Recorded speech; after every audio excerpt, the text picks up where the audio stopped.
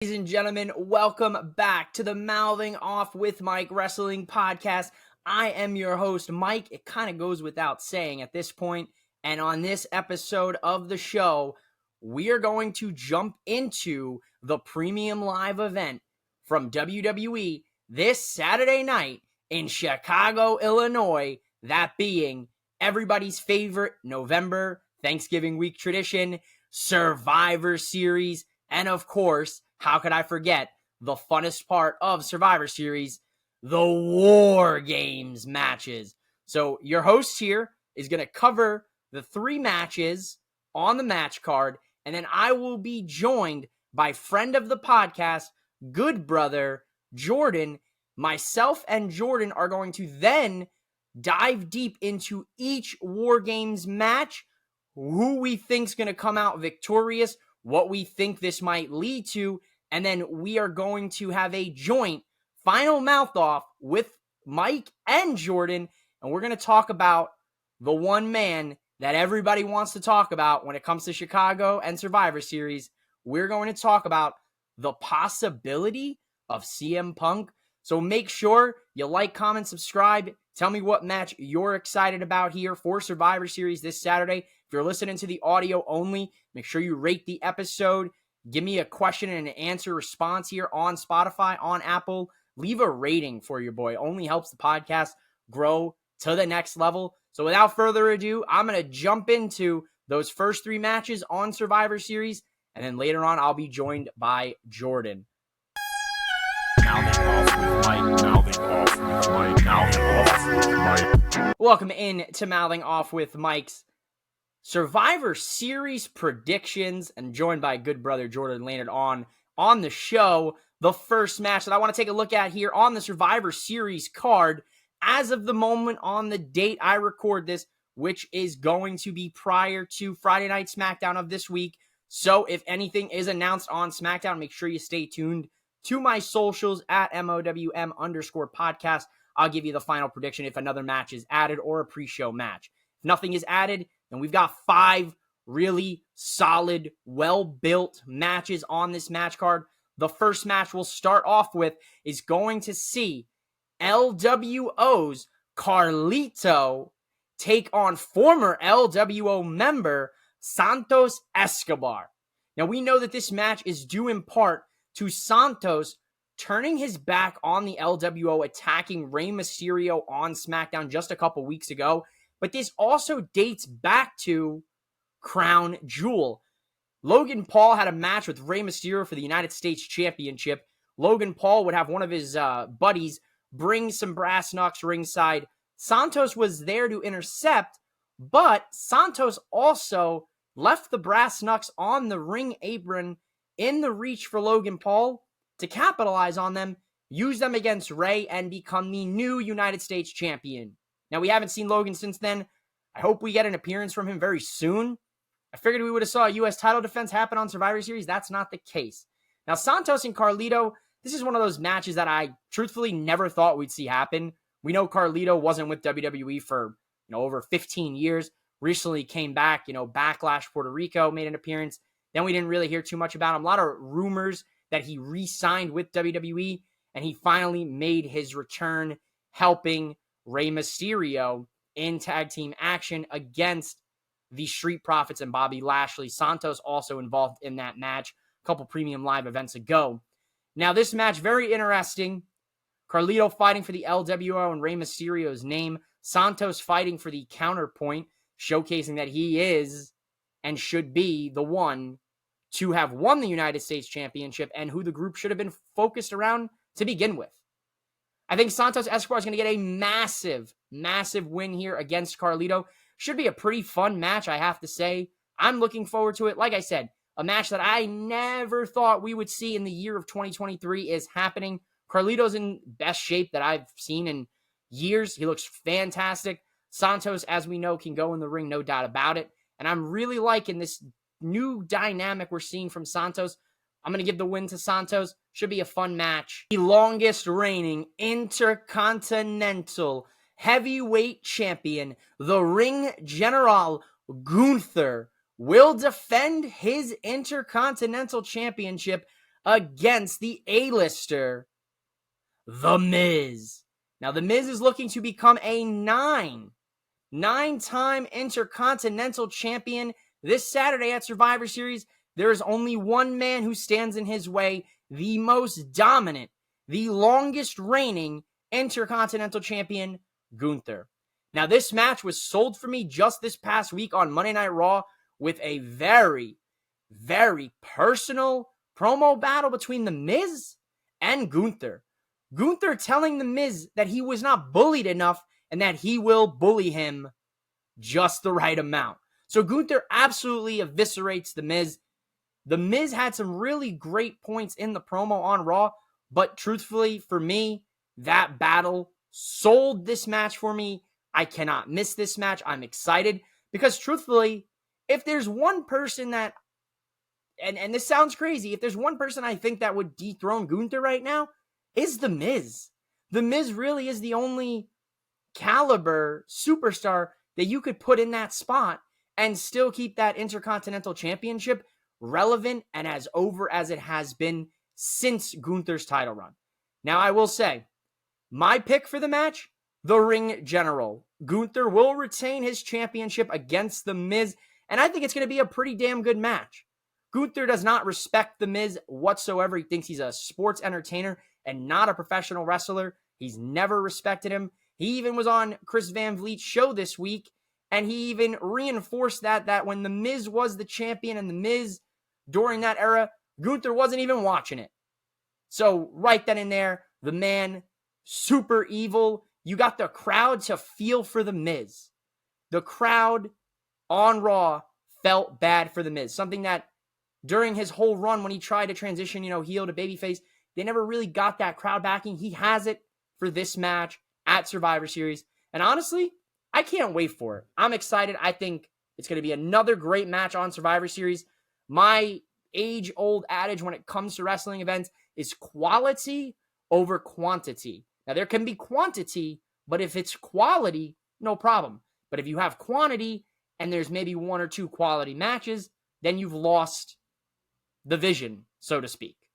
Very excited for this one. Truthfully, at this point in the year, we're almost to the end of the year, a couple months away from the new year. And this woman is one that I have on my possible end of the year mouthing off with Mike awards, potentially being the rookie of the year for the women's division. That is Zoey Stark. Now, yes, I understand Zoey Stark is not a rookie in the wrestling business, but she is recently new to the main roster. She came to the main roster. She was immediately paired with Trish Stratus. She had a main event match against Becky Lynch. She won this match. She's won numerous matches against Becky during that time. So Zoey Stark's stock continuing to rise. Yes, we know Zoey Stark, one of the top women's wrestlers in the division across the world. She can absolutely go in the ring, but she has an uphill battle this Saturday because she's taking on Women's World Champion Mamí Rhea Ripley for that world title. Now, once again, another one of those matches where I will tell you that this could steal the show, and you have two Wargames matches on this same pay-per-view premium live event card. But this women's match has my attention. It's the second women's match. It's the only singles women's match on the card. And I think Zoey and Rhea are going to go out there and have themselves a banger after banger after banger. Get that Sheamus tweet up here. And I am super excited to see this. I'm gonna go with Mamí because you really can't bet against her. She's on the run of her career right now. She's absolutely crushing it with the Judgment Day stuff, with Dirty Dom. She's crushing it in the women's division, in my personal opinion. So I'm picking Mamí to retain her Women's World Championship. But that does not mean this match will not potentially steal the show. And that's a bold prediction from me when you got those two Wargames matches. Ladies and gentlemen, when we come back to Mouthing Off with Mike, we are going to be joined by good brother Jordan. And Jordan and myself are going to jump into each Wargames match. We're going to talk about what we think could happen in the women's match, what could happen in the men's match, give you our picks for the winners. Then we'll finish with the final mouth off with Mike and Jordan. where we'll give you our thoughts and the possibilities of maybe seeing CM Punk at Survivor Series. I had to let you guys know, in case you're looking for some great WWE merchandise for the loved one in your family, you need some ideas for Christmas time, I am a WWE shop affiliate, which means if you buy merchandise with my link, you help directly support Mouthing Off with Mike and this show, so we continue to grow, get bigger, get better, make a name for ourselves, and also you get hooked up with some fresh new WWE merchandise. We just had the new Cody Rhodes collection come out. You can check it out right here. We've got a ton of LA Knight merchandise. We just had the new Randy Orton shirt released with his return coming this Saturday at Survivor Series for the Wargames match, which we'll cover in just one moment here when Jordan joins me on the show. But if you're looking for new gear, I'll make sure that link is in the description of this episode. Go ahead, get some new gear, maybe some Christmas ideas, some stocking stuffers, whatever the taste, whatever your spice of life may be. Thanks for always supporting Mouthing Off with Mike. Ladies and gentlemen, welcome back to Mouthing Off with Mike Wrestling Podcast. And you heard me say it throughout the entire show. We are joined by the goodest of brothers, good brother Jordan. Welcome into the show, Jordan. How are you feeling today? It's a beautiful day out. We have SmackDown tonight. We have some Black Friday football. The vibes are up. It's a beautiful fall day Vibes are up. here. Little turkey day hangover, little turkey sandwiches for lunch coming in. It's going to be a great weekend of pro wrestling. That is for damn sure. Now, Jordan did not, unfortunately, join me for the first three matches that I covered on the show, but that's okay because we're going to rapid fire go through those picks. Are you ready, Jordan? I stay ready, sir. I love it. He stays ready. Get Matt Cardona up in here next. All right, so the first match for Jordan on the rapid fire picks, we've got Carlito taking on Santos Escobar. Who do you got here, Jordan? Short, sweet, to the point. Santos Escobar is going to win this. The heel turn, much needed. And it's time for him to beat on Carlito, maybe get some new reinforcements, and time to take over SmackDown. Could those reinforcements be coming from NXT in the form of Angel Garza and Humberto Carrillo? I would love to see them back on the main roster. I think Garza's fantastic, and he had a little bit of a brief run on his own, but why not? Let's bring something new to the table and let's absolutely. Six-man tag match coming up at you at Royal Rumble, more than likely. It's a lot of lucha, and I'm here for it. I love it. The next match here for you, Jordan, we've got the longest reigning, most dominant Intercontinental Heavyweight Champion, the Ring General Gunther, taking on the A-lister, The Miz. Who do you got here for the Intercontinental Championship? For the first time, The Miz actually has people behind him. They want him to get that win. He's got the sympathy. Gunther cooks him on the mic. It doesn't matter. It was always Gunther. The reign continues. I don't know who's going to beat him. I don't care. It doesn't matter. He's still the champ. 100%. I agree with you. I think so far we're right on line on our picks. The final match before we get breaking down here into that Wargames matches, we got Mamí Rhea Ripley, the Women's World Champion, taking on Zoey Stark for that world title. Who do you got here, Jay?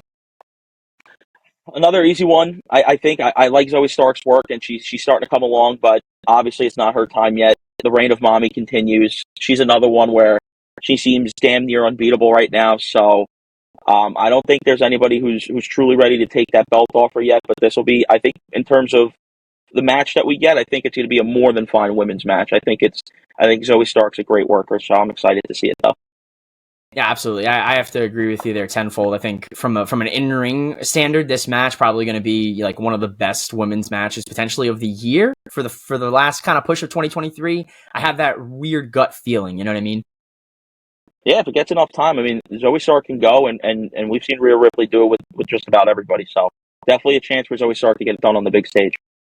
Yeah, absolutely. So there you have it, folks. We have a very small quality over quantity card here for Survivor Series Wargames from Chicago.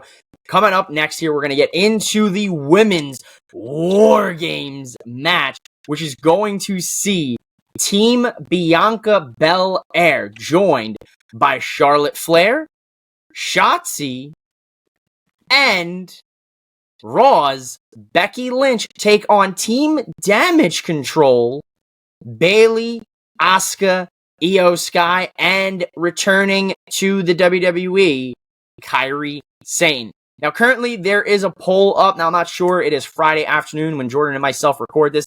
But there's a poll for the first time, and I don't know how long, maybe since Cyber Monday, Cyber Tuesday, when the old pay-per-view, where you could actually vote on which team would get the War Games advantage for their respective team.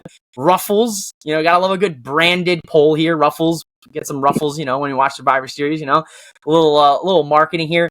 Who do you think, when the fans vote at the end of the day, who do you think is going to get the advantage for the War Games match for their team? Who do you think the fans are going to vote? Team Bianca, Team Damage Control? You think it's going to be tight? Yeah, I think it is going to be tight just because, whether the quote-unquote heels or not, everybody loves Io Sky, everybody loves Damage Control, so I actually tend to think that they're going to end up with the man-up advantage. As much as everybody loves Bianca, Becky, Charlotte, Damage Control just is firing on all cylinders right now, so I think they end up with the advantage there. Yeah, so I'm on the other side of that. I just have this weird feeling that when the fans vote, I think the faces are going to get the advantage. So I think Bianca's squad is going to get the advantage. Now, nonetheless, should be probably one of the best women's War Games matches on paper. You've got some serious talent in this match on both sides of the coin here. Who do you got for your winner? Which team's going to win this? I think Team Damage Control is going to win just because I think long term it helps keep that stable strong, and they're an actual group, whereas you have more so a mesh of superstars thrown together. And as we spoke before we started recording, Shotzi feels a little bit out of place in terms of the star power and the talent of the rest of the field. So not saying that she's not good at what she does. I think she's definitely improved as time has gone. But you have Kairi Sane, you have Bayley, Io Sky. Becky Lynch, Charlotte, Bianca. It's loaded. So I think Team Damage Control wins. I think it furthers their story a little bit, gives Bayley a little bit of false life, thinking she's still in it and things are still strong. And then I think it does them much better in the long term. Okay, all right. So for one of the first few times from with you joining on the show, I think I'm on the other side of this. I think Team Bianca is going to get the win.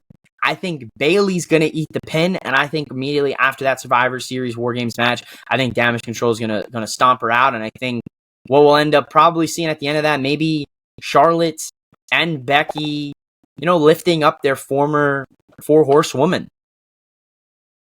It's a possibility. No, it's absolutely a strong possibility, and I said to you before, maybe that on my end, I think maybe they stretched the breakup a little bit further into Royal Rumble season. And, Bayley posted an Instagram picture earlier, obviously. Big hoo-ha, big nothing, but a little Sasha Banks action. Maybe she ends up finding reinforcements come Royal Rumble, and Triple H gets one of his Golden Girls back. But I just think there's a little bit more to peel off in that story, so that's why I think they may stretch it just a little bit more. But I do like the force, even 4 horsewomen, that's 3 of them, and you're missing, that's that 4th link. So regardless, I think, from a side standpoint, she may play a part. But, I just think it's Damage Control's time. They're strong right now. And as a group, I think it makes sense to keep them going. Yeah. No, 100%. It'll definitely be interesting to see if they decide to go a little bit longer on this. Now, big question for you coming out of this here. I know it's not on our rundown, but it popped into my head. I got to ask you about it.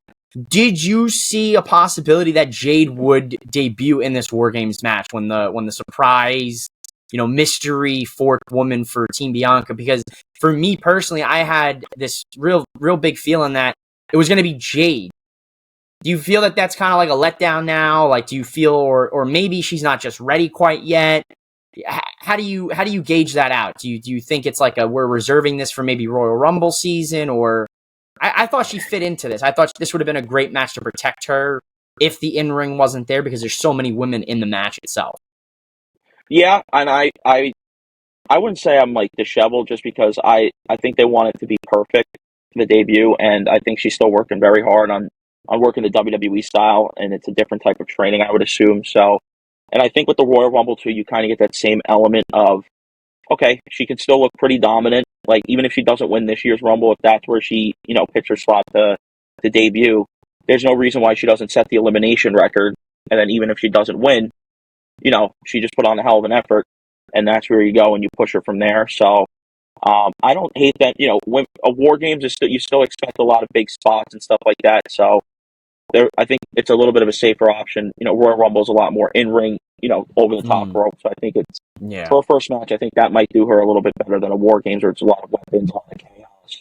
Somebody's gonna be jumping off the cage and all of that. So I wouldn't say I'm disheveled, but it definitely is a reasonable expectation that could have been her first spot to appear. Especially because we really haven't talked about her, since she showed up at Halloween Havoc. Night 2 when it came to the women's title match and everything with Lyra and Becky. We haven't seen her since. So whether that was an indicator or not, maybe they were kind of keeping her back a little bit so fans didn't see it coming. But nevertheless, the women's War Games match looks really solid on paper.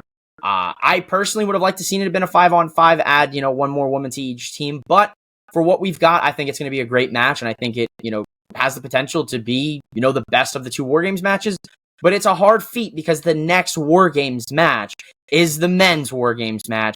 We've got Team Cody Rhodes, whoa,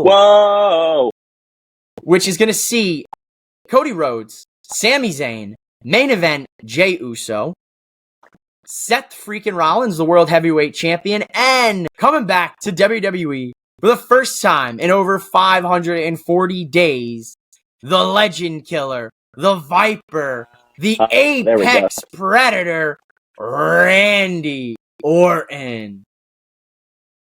I love it. They're going to take on Team Judgment Day, the Archer of Infamy, Damian Priest, JD McDonough, a.k.a. JD McFunko Pophead, a.k.a. JD McDon't Google him, Finn Balor, Dirty Dom Mysterio, and the Scottish Warrior, Drew McIntyre. Now listen, we already know Team Judgment Day has the advantage. Drew defeated Jay on Raw this past Monday. So, how do we think this one's going to play out? Because I see utter, absolute chaos coming for this match.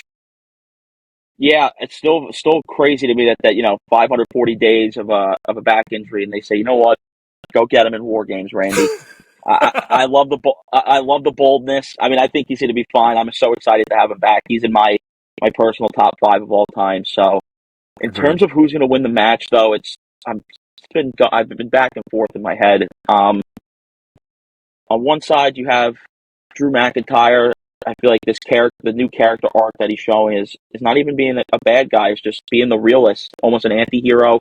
Just pointing out the flaws in everybody's favorites. So I don't, and I love that. And not the cookie cutter heel. I kind of like this different, angle that they're taking with him. And then you have Judgment Day, who's obviously, still booked strong, but can always use a big win like this. But then on the other side, you just have stars. And I just don't think they're going to lose. I think I'm going to take Team Cody Rhodes. And I think Randy Orton coming back, I think it's due for them to win. And maybe after everybody's hands raised, he remembers just what Jey Uso did to him.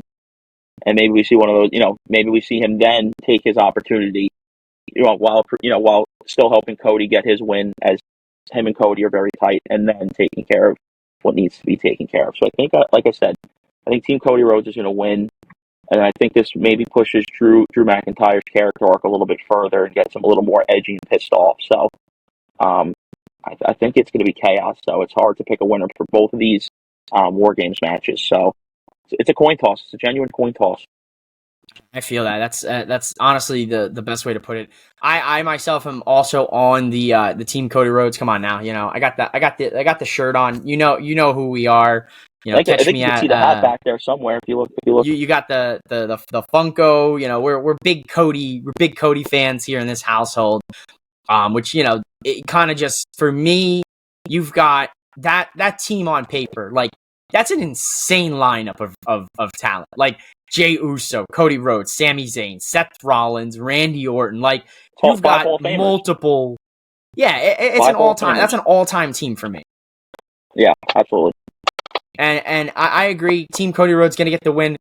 Who do you think is going to eat the pinfall for the Judgment Day? You think it's JD McDonough and they kind of boot his ass out again, or Dirty Dom maybe? I would say it's either JD McBobblehead or I think it's Dirty Dom. Yeah. Obviously, Balor doesn't need to eat a pin. Priest, you want to keep your senior in the bank nice and strong, and then Drew McIntyre's the house and the enforcer, so he ain't eating the pin. So I'd imagine it's one of those two. I think so if too. If you're gonna punch me in the face, if I don't give you an answer, I'll say JD McBobblehead. Yeah, I would say like 70%. I'm saying JD McFunko Pop. 30%. I'd say Dirty Dom. Could there be a wild card where like the leader, the captain of Survivor Series, Damian Priest, eats the pin and that causes a little tension? Because like honestly, I know it's not, and that's a little tangent, but from what I've been seeing these last couple of weeks, Judgment Day, I could very well see Priest be the first to leave the group and go on his own. Yeah, absolutely. And when you have the Money in the Bank, the first thing I would imagine he does on his own, if it's away from Judgment Day, is going to be to eventually win the world title. So right, he already kind of has, a launching point there. So I could definitely see it. They already have JD and Finn, the history there, and they could still be a strong group with that four. It doesn't feel as intimidating because you don't have the big body and Priest, but I think it could still be a more than fine group without him. Oh, yeah, absolutely. And then, when it comes down to it, end of Survivor Series, everything's said and done. The cage is lifting. The good guys or the bad guys are having their arms held in victory. Could there be a Money in the Bank cash-in? Could we see it tonight? It's very possible, depending on who wins, too. Say if the baby faces have their hands raised, or if Judgment Day wins, there's no reason, even if the heels attack Rollins after the match, after everything's all said and done, or Judgment Day wins, sees a weak Seth Rollins and tries to clear out the way for Priest. I think you could put it at I think it's like a 40% chance. I would give it that we could see a cash in tonight. Yeah, I predicted a cash in. Yeah, I predicted a cash in the last Premium Live event. We came very close to that. Sami Zayn was the one to kind of deter that. So we were very close on the prediction there. So I think it's coming very soon, whether it happens Survivor Series, whether it happens Royal Rumble. If it doesn't happen at either of those Premium Live events, then we more than likely will see potentially a WrestleMania cash-in, or he holds that briefcase for the full year. So time will tell on that. I like it. I think we're both in agreement. Team Cody Rhodes, the good guy's going to get a big win here, and more than likely Funko Pop's taking the pin. Now, when we get back into it, me, ladies and gentlemen, if you're watching, Jordan knows, we always finish with the final mouth off with Mike. This episode is a special one because we've got a Premium Live event. We've got a lot of things to talk about here on the flip side with a certain Chicago-made person who might be in appearance, who might not be in appearance, who knows what could possibly happen. When we get back into the show, we're going to get into the final mouth off here with Mike and joined by Jordan this time. So don't go anywhere. We are back on Mouthing Off with Mike, and it is time for the final mouth off with Mike and Jordan. And Jordan, first final mouth off, first question for you. We haven't seen him in over 500 days. The last time this man was in the company, Vince McMahon was running the show. Man was in creative. This was pre-Vince McMahon, weird mustache, trying to be Walt Disney. What is Randy Orton gonna look like under the Triple H creative? It's so weird to see Twitter kind of try to disparage what he's gonna do, and just because everybody's like, "Oh, he's not gonna be used the same," he'll probably do nothing. When realistically, I don't think anything's gonna change. He's been so big for the company for so long. Whether it's Triple H in charge, Vince in charge, Stephanie in charge, or us in charge, there's no reason why he's not going to have a meaningful storyline. He'll not going to be, an integral part of the show as long as his body allows him to. So I still think we're going to see him. I think we see a real solid rivalry with Jey Uso following Survivor Series. And then I think, there's other stories to eventually, tap into. Unfortunately, he doesn't have his tag team partner. That's another thing that's, unfortunately been taken from him since injury, so obviously he won't be doing that anymore. But in terms of what he does, am I going to sit here and say he's a world champion again? Probably not. I mean, unless people get behind him again, crazy. I anticipate he's around with strong storylines. Maybe even I wouldn't mind a program with a guy like Gunther, even if he loses. Something like that, some fresh new matchup. So I think he's going to be used very well. I was saying this to my brother yesterday. WWE doesn't have as many expendable, I would say, more legends per se. They had Ed, like your Edge, your Christian, Orton, Cena, Yeah. Jericho, guys like that. They're kind of, a lot of them are older now, the people they used to use, or in AEW. So I think they want to, treat him properly and let him do, what he's done for almost 2 decades now. Yeah. Yeah, I also agree. I don't think really anything drastically is going to change. I mean, I don't know about the whole RKO situation, like how the back looks. Will the RKO still be used? Obviously, that's like the most, that's the most popular move, across maybe bring WWE, the punt back. Across wrestling. Could bring the punt back. I'd love to see the punt kick return. That was always a devastating move.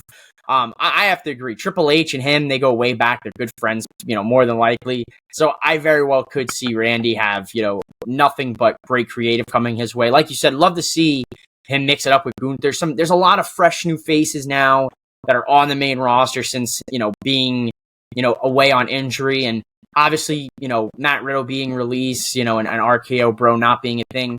That's unfortunate. There was definitely a little bit more meat on that bone, so to speak, when it came to storyline telling. Of course, with Randy inevitably getting sick of Riddle and, hitting him with that RKO and having a feud with him.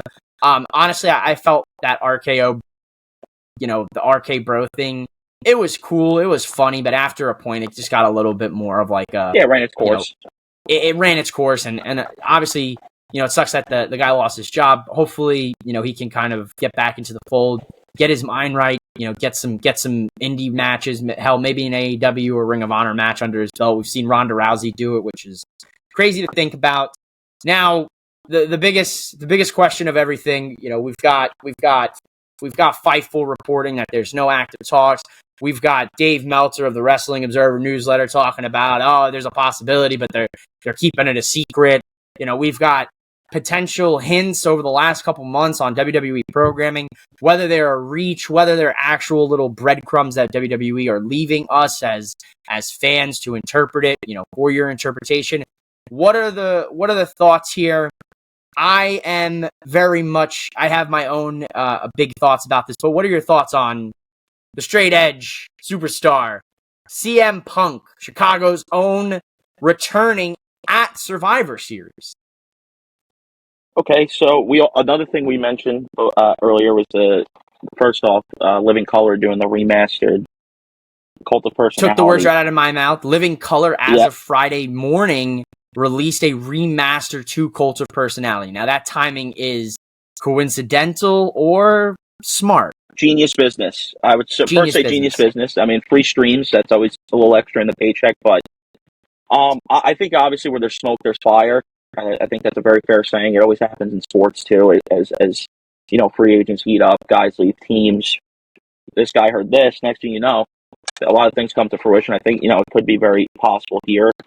Is it as soon as Survivor Series? I mean, logically in Chicago makes the most sense, but I just think there's so much good going on with what they have. They may not feel ultra pressured as an immediate need.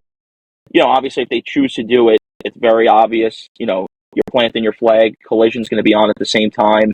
Right. It's in Chicago. It's it's the home of CM Punk. So I wouldn't. Obviously, it's probably this. It may be smarter business wise for a pop. To get CM Punk there. But in my heart of hearts, you know what? Why not? I think he's going to show up at the end of the night, or maybe for the Shinsuke Challenge whenever they choose to do it. I'm still. Obviously, the opponent, from what we've seen, is things are kept close to the vest with that. So yeah, I had somebody. There was unfortunately one source trying to say, "Oh, it might be Omos." Obviously, I think that's a bunch of BS. I saw Brock Lesnar. I saw Braun Strowman even floated as an idea. We haven't seen Braun since his neck fusion surgery almost a year ago. But a lot of those guys, it's obviously Nakamura's going to take, I assume, a loss regardless of who he wrestles. Unfortunately. But I think this is just the CM Punk one. I would just love to see a rivalry there. I think Lesnar obviously it's a squash match. Strowman, that doesn't do it for me. Omos, stay the fuck away, respectfully. I'm an Homo sapien. I like Omos. I think he's got potential. He's all right. I just don't want him in that spot at Survivor Series. Yeah, not this spot because at that point, I mean, at that point, if you put a poor guy like Omos in that spot, then the crowd's just going to destroy him. Like the crowd, either way, we know, because Friday Night SmackDown, we're recording this before Friday Night SmackDown airs, so if there are any new matches added, stay tuned for the socials. Jordan and myself will chat about it. If anything's added, we'll give you our last minute prediction, on our socials. But as of the very moment, 5 matches on the card. Shinsuke hinting at a potential open challenge, potentially hinting out calling out someone. We've seen hints. When was the last time you've seen Shinsuke Nakamura do a GTS outside of, last month? Because I don't remember him hitting one since maybe his NXT days. Yeah, as I said, I don't think that moves really in his repertoire too much. I don't think I've seen it too often. Yeah, and I honestly, if it's gonna happen, I think personally it's gonna happen in Chicago, in his home state, in his home city. The crowd reception would be the loudest. Obviously, a Royal Rumble pop would be loud, maybe on the similar level to like the Edge return.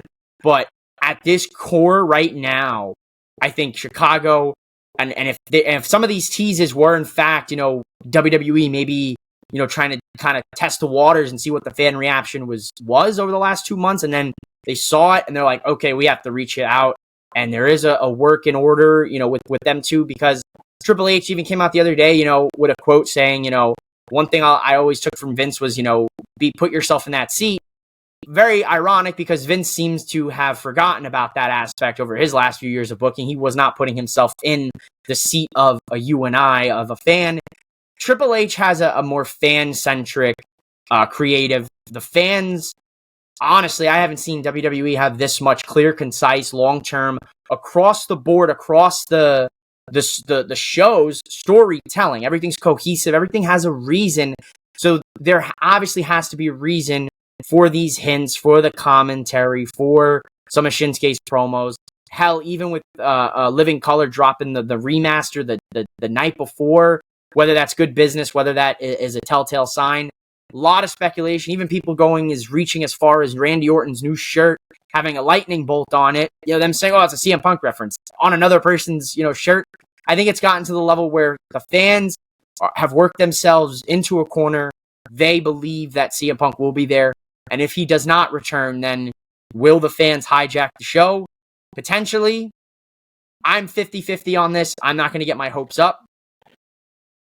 I think it can happen. I also think it couldn't. Yeah, no, absolutely. And in terms of the hijack, I think that'll also just come down to if the show's good. I think, it is what it is. Like I said, they have a lot going on, especially, say if it ends with Orton hitting an RKO on Jey Uso, or if we get a potential cash in. Like, there's enough to suffice. An RKO on Cody, too. Yeah, there's enough to suffice a solid reaction. So that's all. Like that, that's why I said they got a lot of good going on, and that comes from the point you made of the clear storytelling. There's little pieces that are always play into each other, and especially like the Wargames matches. It almost feels like the MJF world title chase. You have a lot of different moving pieces going on in one shot. Obviously, there's multiple superstars, but it's a lot of good storytelling. So if he doesn't show up, I think they'll do enough where fans will be upset, but you'll walk away being like, oh, that was still a pretty damn good show. Yeah, I still got my money's worth. That was a hell of a show. That was an all-timer Survivor Series, Overall, when we really look at it, you said it, I said it, WWE doesn't do things just to do them. There's something here. There's got to be a reason as to a lot of these hints, a lot of, even potential references, with the different social media accounts. So I guess time will tell. We have one more day till Survivor Series. I'm excited. How excited are you for it? I'm pumped. 5 matches now, but I like the slightly shorter pay-per-view, and I think a lot of these matches are going to get the proper attention it needs, and I think it leaves more room for for some more big time segments, maybe return debut. So a lot to play with. A nice Grayson Waller effect when he comes out, the cult of personality, and the crowd absolutely destroys him or something. Something crazy like that. Oh, right? Absolutely. Oh, I would love it. I mean, it makes him the biggest heel in the business right there, doing something like that. So I love it. So we're excited, ladies and gentlemen. I hope you're excited. Make sure you tell me who you think's going to win those respective matches on the socials at MOWM_podcast. I want to send a very special thank you to the good brother himself, Jordan, for joining the show here, giving us the old Wargames predictions. Let's get your best war game so we can end this on a high note. Wargames. There it is. Very, very William Regal. I love it. I'll give it a solid 7.3 out of 10 on the William Regal scale. You know how we do. Never got to see Nick Aldis do a War Games announcement, so we can't. We got Adam Pearce. I thought Adam Pearce did a hell of a job on the War Games. Oh, his was fantastic. Yeah, his big bald head started to get red. Rips it the glasses off and everything. Done very well. Done very well. Well, thank you, my man, Jordan. Everybody, thank you so much here for watching and listening to Mouthing Off with Mike. We will be back with a recap Saturday night. Maybe Jordan will join me. Maybe it'll be too late. We'll see what goes on. Stay tuned for the socials. But thank you so much here. Make sure you like, comment, subscribe. Leave a rating on Apple, Spotify, all of the audio platforms. Make sure you go ahead and follow Jordan. I'll put his socials if you want to see some unhinged wrestling tweets from Jordan as well. So thank you, Jordan. And thank you my brother. Appreciate for watching you and listening.